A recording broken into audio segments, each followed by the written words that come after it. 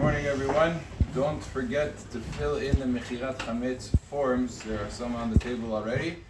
Make sure to hand them in this week, preferably, or the beginning of next week, if as a last resort. In the Halachot of Birkat HaIlanot, the question is as follows: can one do Birkat HaIlanot on Shabbat or on Yom Tov? The poskim discuss this. There are some authorities that write there's a concern. As the Gemara says, a person should not smell fruits that are on a tree on Shabbat and Yom Tov. Fruits that are on a tree, that are attached to the ground, should not be smelled on Shabbat and Yom Tov. Why? What's the reason for this? Because a person will smell the fruit, Ishtabach Shem, such a good fruit, and accidentally he might come to pick the fruit and violate a Torah Melachav Tolesh. And therefore the smelling itself is prohibited. From there, some of the authorities said the same thing, you shouldn't say Birkat HaIlanot on Shabbat. Chacham Ovadia said it's not really comparable. First of all, this is smelling fruits. This is a bracha and smelling the fruit, that you shouldn't do, because you're not supposed to smell the fruits. But a Birkat HaIlanot has nothing to do with smell, it has to do with seeing the fruits.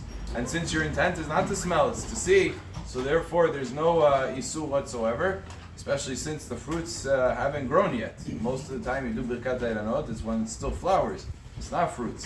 So even the concern doesn't apply. The Gemara says by hadassim, there's no concern that you might come to pick the hadassim. Only by fruits, the Gemara says, is prohibition.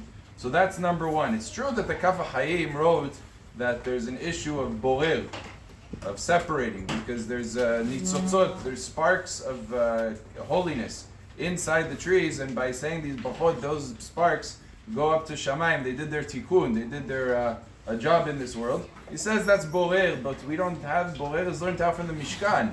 It's not learned out from spiritual sources. It's learned out from the actual actions that were done in the Mishkan. The separation was physical; it wasn't spiritual, and therefore the issue of borer is not an issue either. It also gets into the question: can you violate a melachav Shabbat just by speaking, which is a very relevant question today.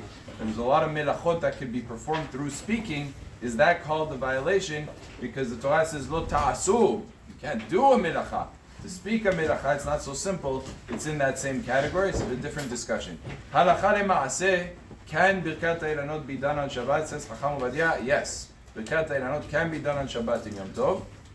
Best time to do it is not Shabbat though. The best time to do it is during the week, to not get into the question. Since there were authority or two that said not to do it, it's better to not do it on Shabbat and Yom Tov. Better to do it during the week. However, it is mutal to do it on Shabbat and Yom Tov. Once the fact